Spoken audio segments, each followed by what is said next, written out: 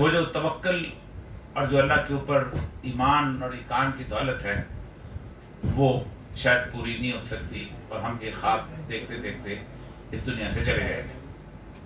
یہی وجہ ہے کہ میں نام نہیں لینا چاہتا، ہمارے بہت سارے علماء کرام، بلکہ شاید اکثریت علماء کرام کی ایسی تھی کہ جنہوں نے دو تین چیزیں جو ہیں بہت خاص طور پہ لوگوں کے سامنے پیش کی۔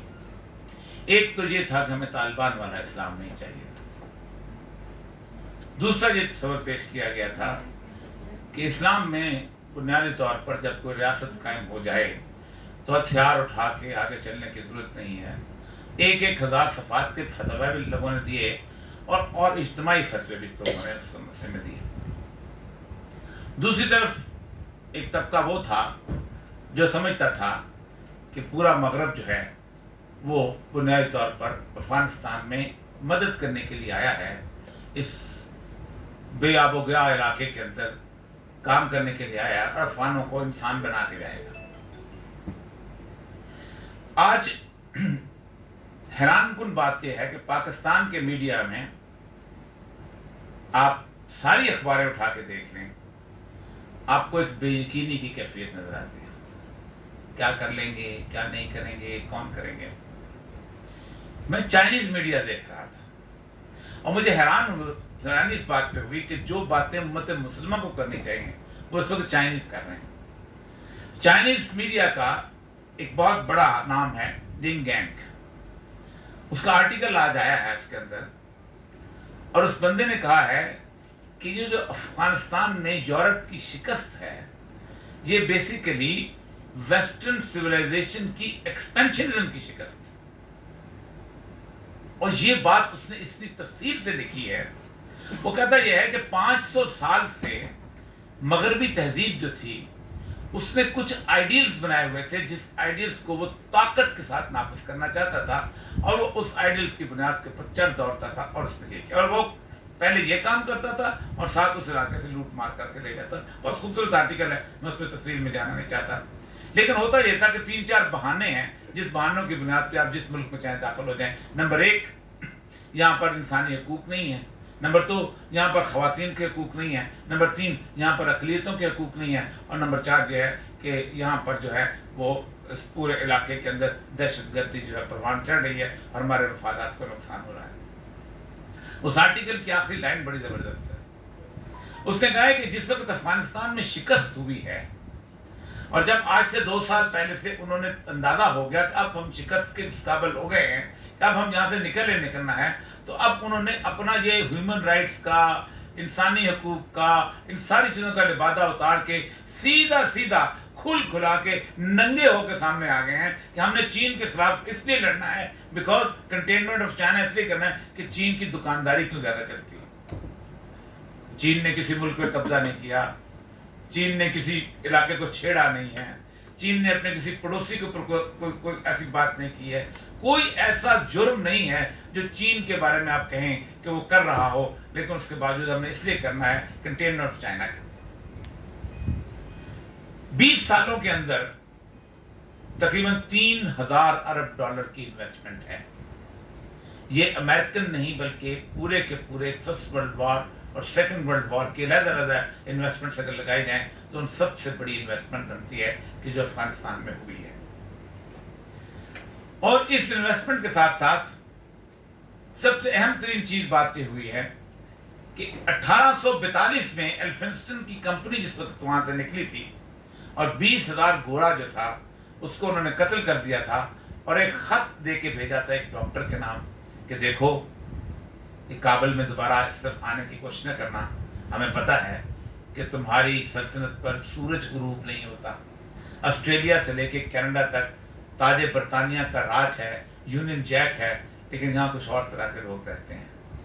اور اس کے بعد مونٹگومری آن ریکارڈ ہے، اسٹاف کالج کوئٹہ میں اس نے کہا تھا it is the first lesson of military strategy never face towards the west. اس طرح مت دیکھنا، یہاں کچھ اور طرح کے لوگ بیٹھے ہیں۔ یہ کون سے لوگ تھے جو وہاں بیٹھے ہوئے تھے؟ یہ بھی ایک لمبی تاریخ ہے، لیکن ایک منص آ جاتا ہے کہ پٹھان جو ہے یا پشتون جو ہے وہ بحیثیت قوم ایسے ہیں، نہیں ایسا نہیں ہے۔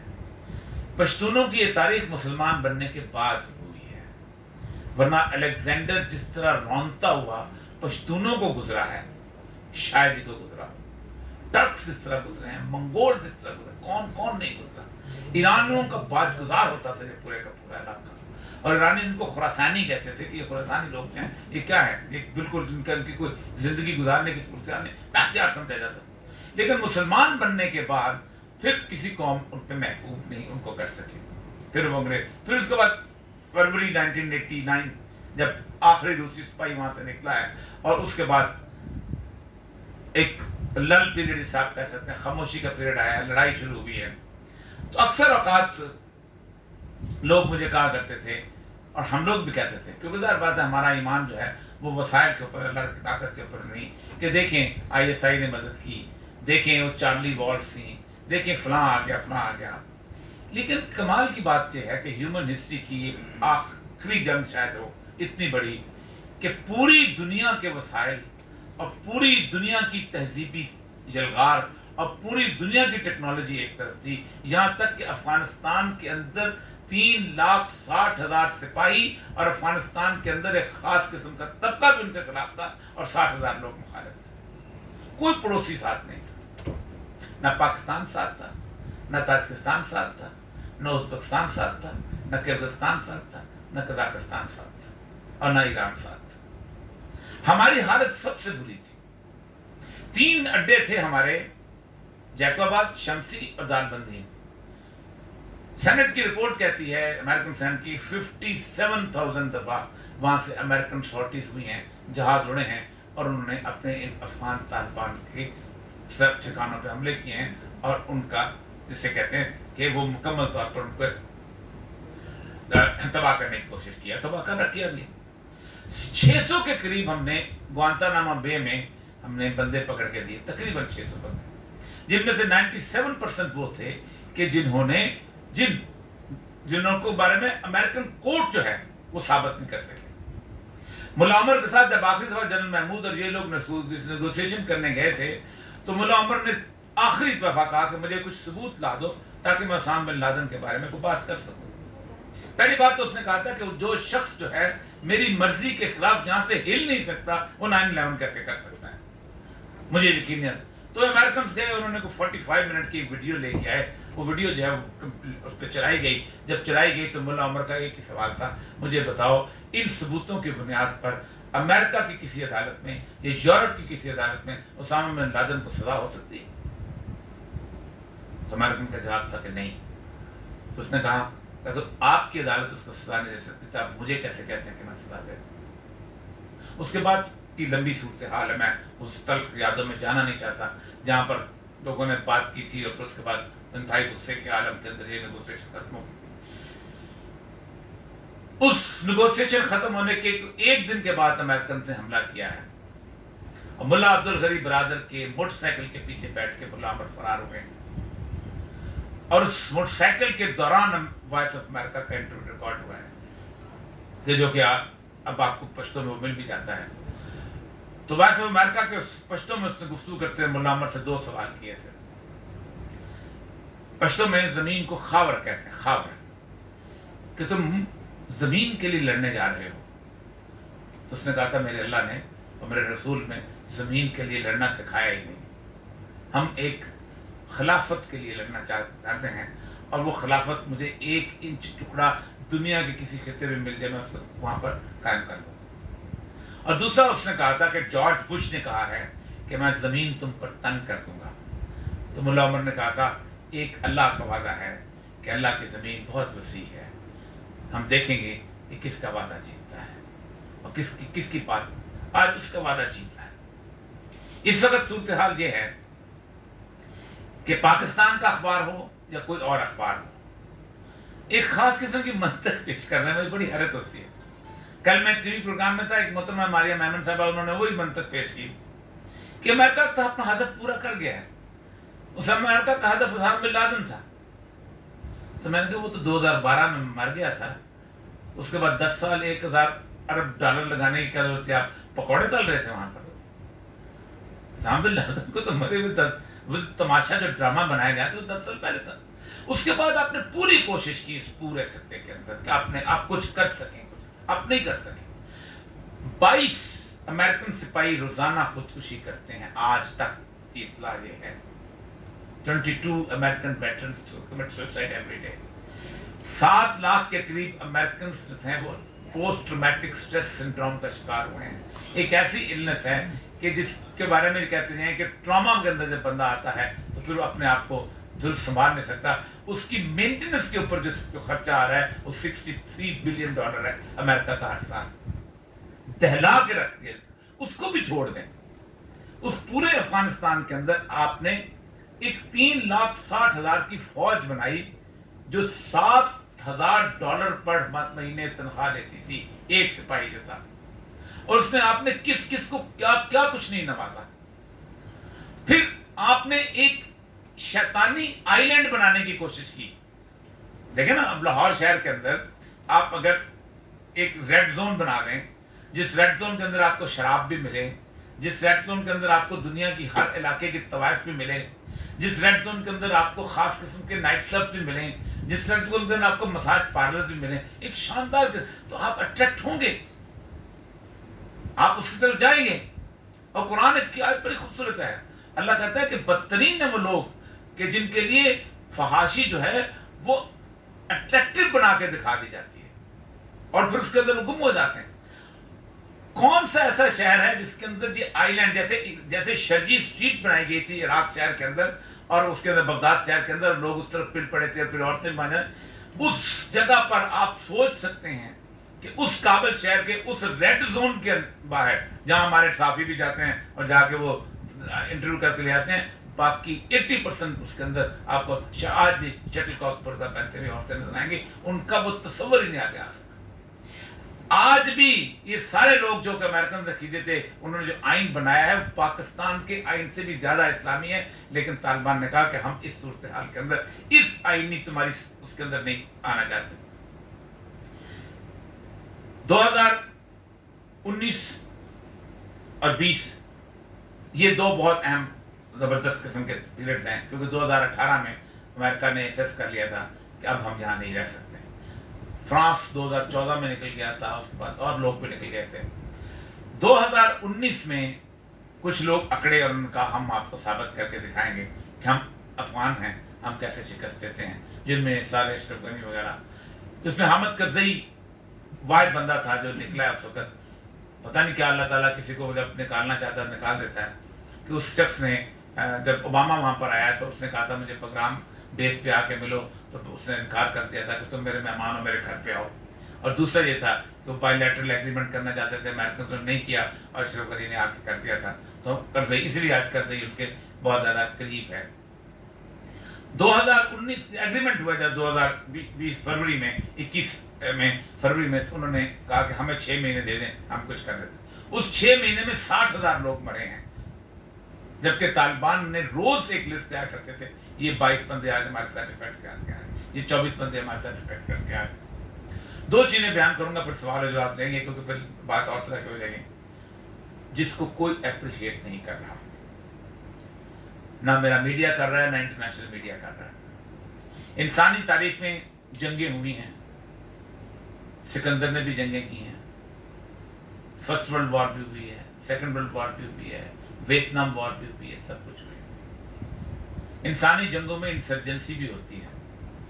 آپ کے 2 سپاہی سوات میں جاتے ہیں، آپ پورے سوات کا اشر کر دیتے ہیں، لوگوں کو باہر نکالتے ہیں، دفاع ہو جاؤ ہم نے مارنا ہے. 3 جگہوں پہ عام معافی کا اعلان ملتا ہے انسانی تاریخ. صرف مجھے کوئی چوتھی جگہ نہیں ملی. الیگزینڈر جو تھا وہ تھیبس شہر میں رہتا تھا اور تھیبس والے جو بڑے اپنے آپ کو عالم سمجھتے تھے اس سے تنگ تھے. ان کو خبر پہنچی کہ الیگزینڈر جو ہے وہ کہیں بخار میں مارا گیا ہے، تو انہوں نے وال چاکنگ کر دی اس کے خلاف. یہ پہلی ہیومن وال چاکنگ ہے. وہ واپس آیا، اسے 1 دن کے بچے سے لے کے 90 سال کے بوڑھے تک سب کو باہر نکالا اور قتل کر دیا. اور اس کی جگہ اتنی معافی نہیں تھی انسانی تاریخ میں. ایک معافی سید الانبیاء صلی اللہ علیہ وسلم کی فتح مکہ کے وقت. دوسری معافی آج سے 834 سال پہلے صلاح الدین ایوبی کی. آپ کبھی وہ تاریخ اٹھا کے پڑھ لیں کہ جب یہ سعود کروسیڈز جو تھے یہ داخل ہوئے ہیں یروشلم کے اندر، تو 50,000 بندے جو تھے مسجد اقصیٰ کی چھت کے اور اس کے ارد گرد اس کے سین میں جو تھے وہ پناہ لیے ہوئے تھے، اور ایک ایک بندے کو پکڑتے جاتے تھے اور چھری سے ذبح کرتے ہوئے نیچے پھینکتے جاتے تھے، اور ان کے گھوڑوں کے جو ان کے سمیں تھیں، ان کے ٹخنے وہ بھی خون میں ڈوبے ہوئے تھے، ان کو معاف کیا تھا۔ اور جو آج یورپ کا متوسط ترین ہسٹورین بھی ہو تو صلاح الدین ایوبی کو بہتر انسان کے طور پر کہے ہوئے وہ گزر ہی نہیں سکتا، متوسط ترین۔ یہ تیسری معافی ہے، اور اس معافی کے اندر ایک واقعہ آپ کو بیان کر دوں۔ آج میں نے وہ فلم جو ہے کیروان آف ڈیتھ جو ہے، بہت مشہور فلم ہے، ایک آرٹسٹ اس نے بنائی تھی، ڈاکومنٹری فلم۔ 8,000 طالبان جو تھے ان کو جنرل مالک اور جنرل دوستم نے پکڑا اس وعدے کے اوپر کہ آپ شہری ہیں اور ہم آپ کو آزادی سے آپ کے گھر لے جائیں گے۔ ان کو کنٹینرز میں بند کیا گیا، 8,000 لوگ، اور ان کنٹینرز کو دشت لیلا کی دھوپ میں صحرا میں چھوڑ دیا گیا۔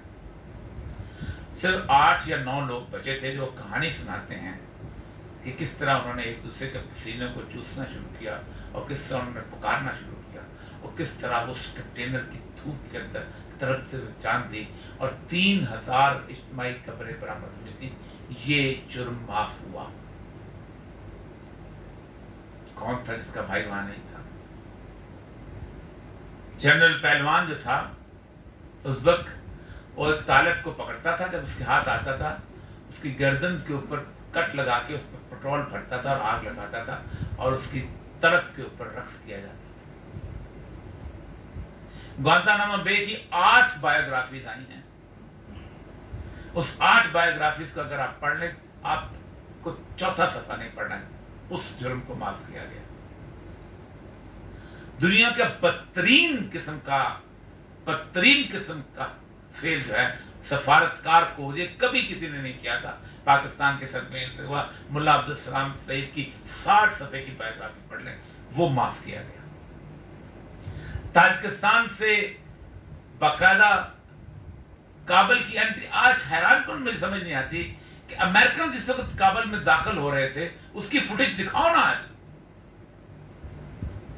اور اس نے بڑی خوبصورت بات کی ہے ذبیح اللہ مجاہد نے، اس نے کہا پیسفل سرنڈر از اے ریفرینڈم۔ جب کوئی قوم جو ہے بغیر کسی لڑے ہوئے کہتی ہے کہ ہم تمہارے ساتھ ہیں، تو یہ تمہاری جمہوریت کے اس پہ سرنڈر ہے۔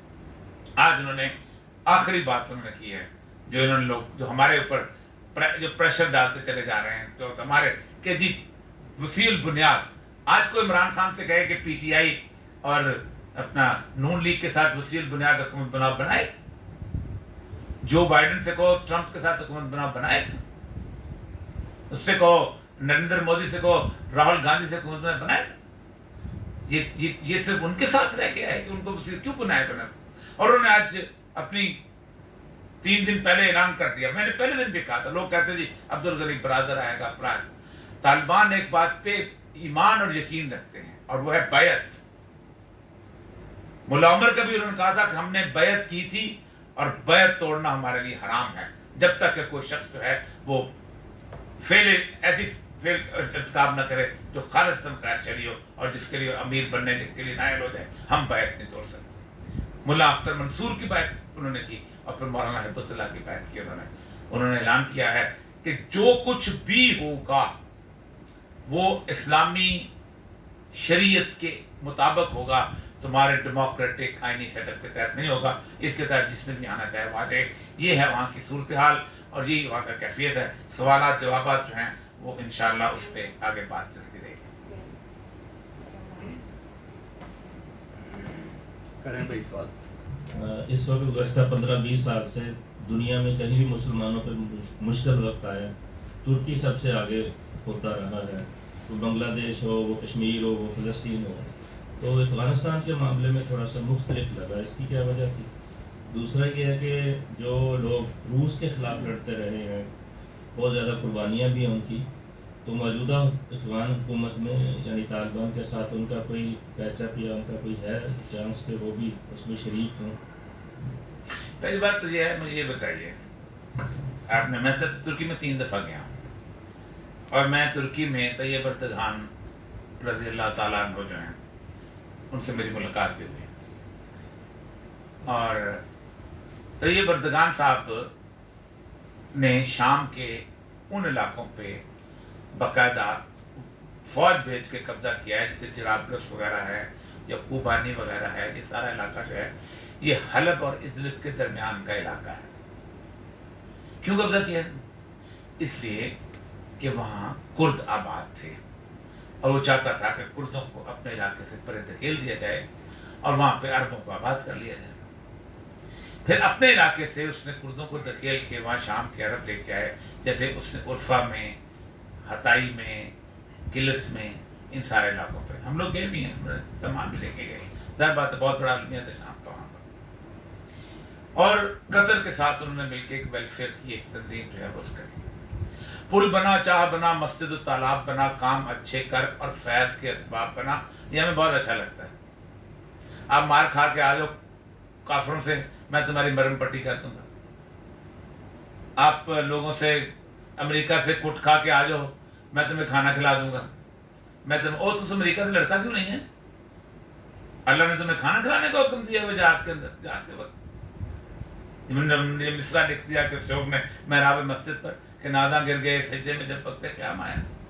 یعنی آپ 140 میل کے اس ریڈیس کو تو فتح کر سکتے ہو، لیکن جہاں آپ کو معاملہ آ جاتا ہے کہ جہاں آپ نے دیر زور کے قلعے میں جانا ہے اور جہاں آپ پہ امریکن اور رشین مفادات کا ٹکراؤ آتا ہے، آپ پیچھے ہٹ جاتے ہو.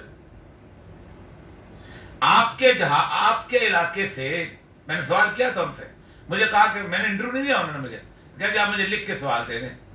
میں نے کہا لکھ کے تو کبھی بھی سوال نہیں کیا کرتے. میں نے کہا آپ صرف ایک سوال میں ایڈ کر سکتا ہوں کہ ان ساری چیزوں کی موجودگی میں یہ امریکن جہاں سے اڑ کے وہاں جا کے تیر زور کے اندر باقی جگہ پہ جا کے بمباری کیسے کر لیتے ہیں آپ کے علاقے سے. دوسری بات یہ ہے جہاں تک روہنگیا کا تعلق ہے، کیونکہ روہنگیا اس شام کے علاقے میں فٹ نہیں ہوتے تھے. ایک روہنگیا کو ٹرکی کی نیشنلٹی نہیں دی گئی، شام کے سب کی نیشنلٹی دی گئی. خیرات کھلانا اپنی جگہ. میں آپ کو بتاؤں، شروع میں جب ملا عمر اس وقت اس کے خلاف انڈینز، ایرانی، یہ سارے لڑے تھے، تو ایک بہت تلخ بات میں آپ کو کر رہا ہوں. اور اس وقت آنسلاٹ آ گیا تھا کہ کابل میں بہت ساری صورتحال ہو گئے. تو پاکستان سے کچھ تبلیغی گئے تھے اس وہاں پر کہ چلو تبلیغ میں نکلتے ہیں. تو ملا عمر نے تبلیغی جماعتوں پر پابندی لگا دی تھی. این وقت جہاد میں یہ کون سی بات ہے کہ 40 دن کا چلہ کاٹا جائے اور 4 مہینے کا چلہ کاٹا جائے؟ یہ کس رسول نے تمہیں تبلیغ بھیجی؟ اصل مسئلہ یہ ہے کہ معاملہ اصل ہے جہاد کا. آپ کی کنوکشن ہی نہیں ہے طاغوت کے ساتھ. وَمَن يَكْفُرْ بِالطَّاغُوتِ وَيُؤْمِنْ بِاللَّهِ. آپ طاغوت کے بازو جو مرضی کرتے رہو، آپ کو اللہ تعالیٰ آپ کو اجر دے. باقی دوسری آپ نے بات کی تو اس کی تھی، دوسری آپ نے کی تھی ان کی. جو ایک بات، دوسری بات یہ ہے کہ افغانستان میں جو روس کے مقابلے میں جو لوگ بنائے گئے، چونکہ ہم لوگ نے سامنے خود ہے، وہ تنظیمیں جو تھی وہ تنظیمیں بنائی گئی تھیں پہلے. ایک تو شروع میں کچھ لڑنے والے مجاہدین آئے تھے، وہ 1.5-2 سال تک. 82 کے بعد ہوا یہ تھا کہ جب وہاں سے ہجرت شروع ہوئی ہے تو اسسٹنٹ کمشنر جو ہوتا تھا اس کے پاس ایک مہاجر کو پیش کیا جاتا تھا کہ یہ مہاجر وہاں سے آ گیا، کیا کریں. اب وہ ہوتا تھا ایک ڈپورٹیشن ایکٹ ہوتا ہے کہ اس کو واپس بھیج دیا جائے، اس کو کہتے ہیں ٹریس پاس کا. ہم اس کو کہتے تھے جناب، کیونکہ ایڈمنسٹریشن میں تھے، کہ کسی سے تذکرہ لے آؤ، کسی سے کچھ لے آؤ. وہ حکمت یار کے پاس جاتا تھا، سیاہ تذکرہ لے کے وہاں آ جاتا تھا اور ہم اس کو کہتے ہیں. اس طرح تو ہمیں وہ تنظیمیں بنائی، کنوکشن نہیں تھی. پھر دوسری بات یہ تھی، ایک بہت زبردست قسم کا تصور یہ دیا جاتا تھا، یہ دیکھیں کیا بات ہے، پڑھے لکھے لوگ ہیں، ایک انجینئر ہے، ایک پروفیسر ہے، ایک سب کچھ ہے، یہ کچھ سیٹ اپ کے اندر لے کے آئیں گے ساتھ. اور پھر وہ اس طرح امریکن ایڈ کے محتاج بن گئے تھے. شروع میں بہت اچھا رہا. شروع میں مجھے یاد ہے اچھی طرح کہ میں پہلی دفعہ جس وقت کندھار گیا ہوں، یہ بات ہے 1983 کی، تو کندھار کے لوگ کہتے تھے، آگے بلکہ غزنی کے بھی لوگ کہتے تھے کہ جب رشین پلینز آتے ہیں نا تو کچھ مختلف قسم کی پرندے آ جاتے ہیں جو اڑتے ہوئے گزرتے ہیں اور ہم چھپ جاتے ہیں، وہ بمباری کر کے چلے جاتے ہیں. لیکن پھر یہ چیزیں ختم ہوتی چلی گئی آہستہ آہستہ. پھر وہی ہو گیا کہ 2 ٹرک ISI کے غائب ہوئے، ادھر بیچ دیے گئے، 2 ادھر بیچ، پھر اس طرح کی صورت ہے. اور جب آپ میں اندر خرابیاں آتی ہیں تو اللہ تعالیٰ کی رحمت جو ہے ختم ہو جاتی ہے. 1989 سے لے کے 1994 تک جس شخص نے بھی کابل شہر دیکھا ہے اس شخص کبھی ایک لمحے کے لیے تصور کر سکتا ہے کہ یہ وہ لوگ ہیں جو کفر کے ساتھ لڑ رہے ہیں. ایک پہاڑی کے اوپر احمد شاہ مسعود کی فوجیں تھی, ایک پہاڑی کے اوپر حکمت جار کی فوجیں تھیں, اور کابل شہر جو کھنڈر بنا دیا گیا ہوا. آج وہ لوگوں کو اندازہ ہوا ہے.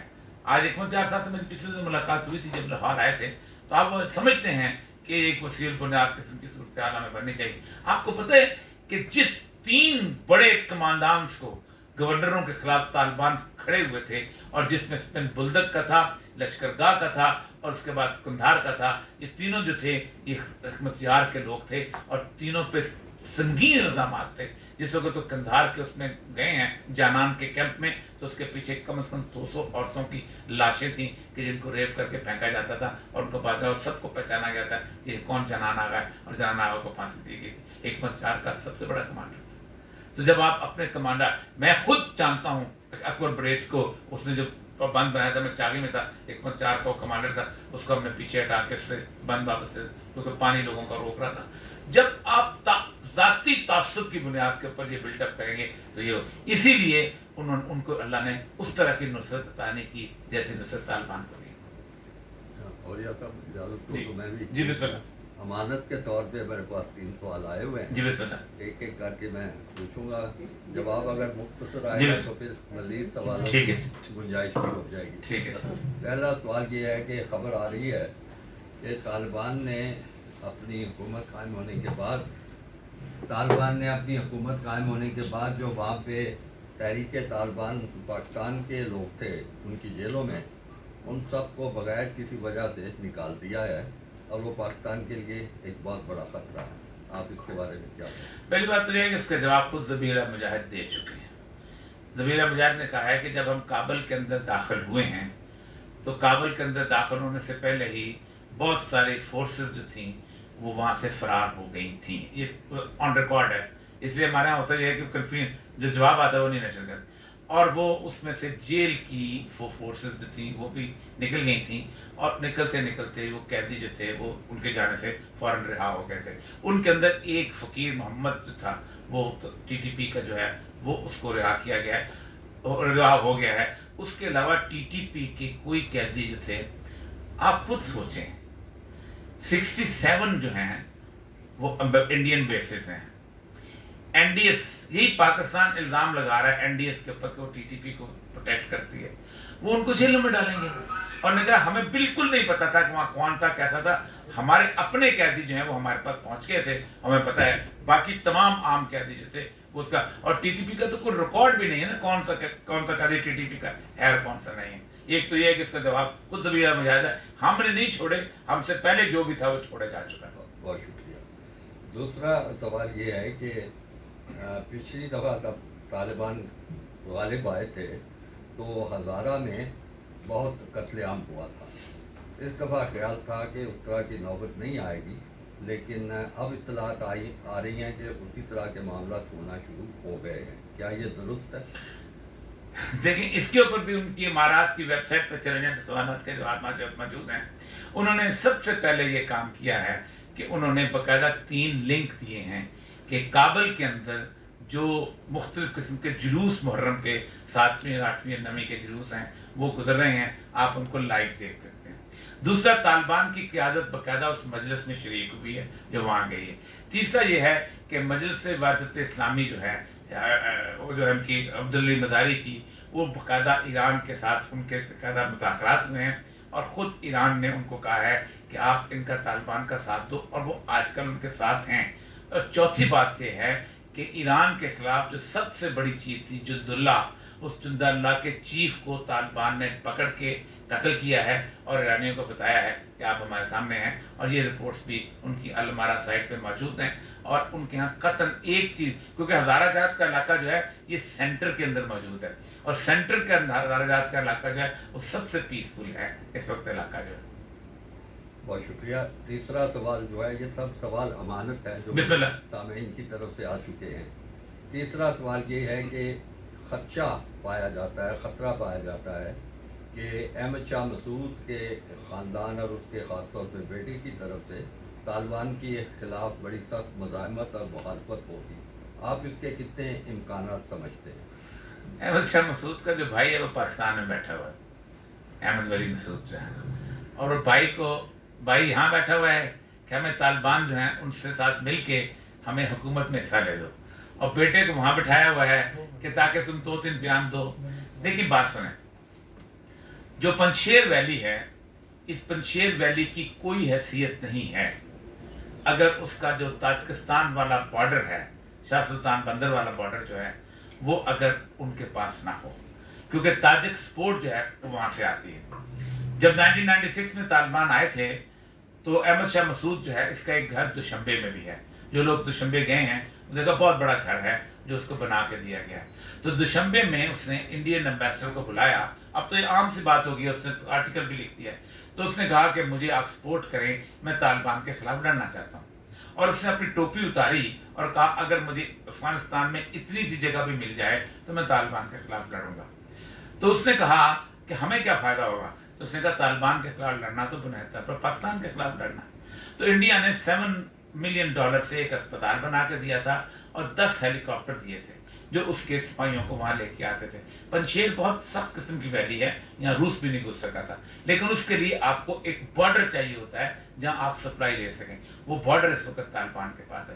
اور طالبان کی جو اس وقت اسٹریٹجک موو ہوئی ہے کہ انہوں نے چاروں طرف جتنے بھی بارڈر تھے، چاروں طرف، مثلا اسلام شہر کا بارڈر تھا جو ہیلمند کی طرف سے ایران کو جاتا ہے، وہ ان کے پاس ہے. تورخم کا بارڈر ان کے پاس ہے. اس کے بعد بلدک کا بارڈر ان کے پاس ہے. واخان کوریڈور کا بارڈر ان کے پاس ہے. تاجکستان کا بارڈر اس کے پاس ہے. اور ترکمانستان کا بارڈر چونکہ بہت زیادہ ہلی ہے وہاں کو، لیکن وہاں بھی ان کے پاس ہے. تو اس وقت کل انہوں نے بڑی ضمیر امجاد نے بڑی بات کی. اس نے کہا ہم یہ انشور کر رہے ہیں کہ ایک گولی بھی افغانستان سے باہر نہیں نکلے گی، ایک گولی. یعنی اتنی بری ڈیفیٹ ہوئی ہے کہ اس وقت دنیا میں جو بلیک ہاک ہیلی کاپٹر ہے وہ دنیا میں بہترین ہیلی کاپٹر سمجھا جاتا ہے. 160 ہیلی کاپٹر جو ہیں وہ ان کے پاس آئے ہیں. دنیا کے کسی ایک ملک کے پاس 50 سے زیادہ ہیلی کاپٹر نہیں ہیں، جبکہ طالبان کے ہاتھ میں 160 ہیلی کاپٹر آئے ہیں. آپ خود سوچیں کہ کس بری طرح امریکہ بھاگا ہے وہاں سے. میرا یہ سوال تھا کہ آپ جب شروع میں بات کر رہے تھے تو آپ نے کہا کہ ان کا ارادہ یہ ہے کہ وہ خلافت قائم کریں گے اسلامی اصول پہ. تو پہلا سوال یہ ہے کہ وہ خلافت جو قائم کریں گے وہ صرف جو افغانستان کی ٹیریٹری ہے اس کے اندر ہی رکھیں گے؟ اگر اس حد تک ہی رکھیں گے تو کیوں رکھیں گے؟ کیونکہ ماضی میں تو جو خلافت کا ہم پڑھتے ہیں وہ تو پھر ایریاز کو ایکسپینڈ کرتے ہیں اور جگہوں پہ بھی اپنی حکمرانی لے کے جاتے ہیں.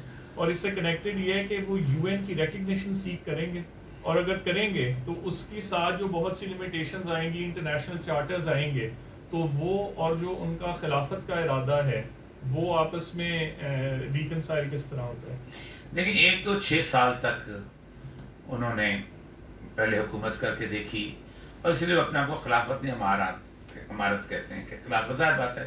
ہمارے ہاں ماڈلس رہے ہیں 1400 سال میں کہ ہمارے ہاں 2 بھی حکومتیں رہی ہیں، لیکن ان کو ہم آئیڈیل نہیں سمجھتے. آئیڈیل تو وہی ہے کہ مسلم امہ کی ایک حکومت ہو اور ایک خلیفہ. جہاں تک اس بات کا تعلق ہے، ہم بڑے عجیب و غریب لوگ ہیں. ایک پورے کا پورا ملک جسے ہم چین کہتے ہیں وہ اقوام متحدہ میں نہیں تھا بہت عرصہ تک. آپ کو پتہ ہے تائیوان ہوتا ہے اس کی جگہ میں. اس نے اقوام متحدہ میں کبھی سیکھ نہیں کیا. وہ اس دنیا میں زندہ رہا. اس مولتم کی ہم ٹوپیاں پہنتے رہے، اس مولتم کی ہم لال کو جیل میں ڈالتے رہے، زندہ رہا، دنیا میں چلتا رہا. پھر ہم امریکہ کو ضرورت پڑی، پھر نکسن آ گیا، کیسنجر آ گیا، ہم نے اس کو جہاز میں بٹھایا، ہم نے اس کو وہاں لے کے گئے، ان کا معاہدہ ہو گیا. انہوں نے تائیوان کو کان سے پکڑا، انہوں نے کہا دفعہ ہو جاؤ، ہمیں تمہاری ضرورت نہیں، جا کے جو مرضی پکوڑے چلو یا کچھ کرو. اب تو چین آ گیا ہمارے پاس. ایک IMF کا، ورلڈ بینک کا سسٹم تھا جس کے تحت تو ساری کی ساری کرنسی ڈیل کرتی تھی، سودی نظام تھا. 1917 میں ایک ملک آتا ہے جسے رشیا کہتے ہیں، اس کا کوئی تعلق نہیں اس مانیٹری سسٹم کے تحت. بازار سے سونا خریدتا ہے، بازار سے ڈالر خریدتا ہے اور اپنی پیمنٹس کرتا ہے، اور اس کے بعد تو سروائیو کرتا ہے. 75 سال تک سروائیو کرتا ہے. اکنامکلی کوئی مسئلہ نہیں تھا. مسئلہ یہ ہوا تھا کہ سچویشن بالکل اس طرح کی ہو گئی تھی کہ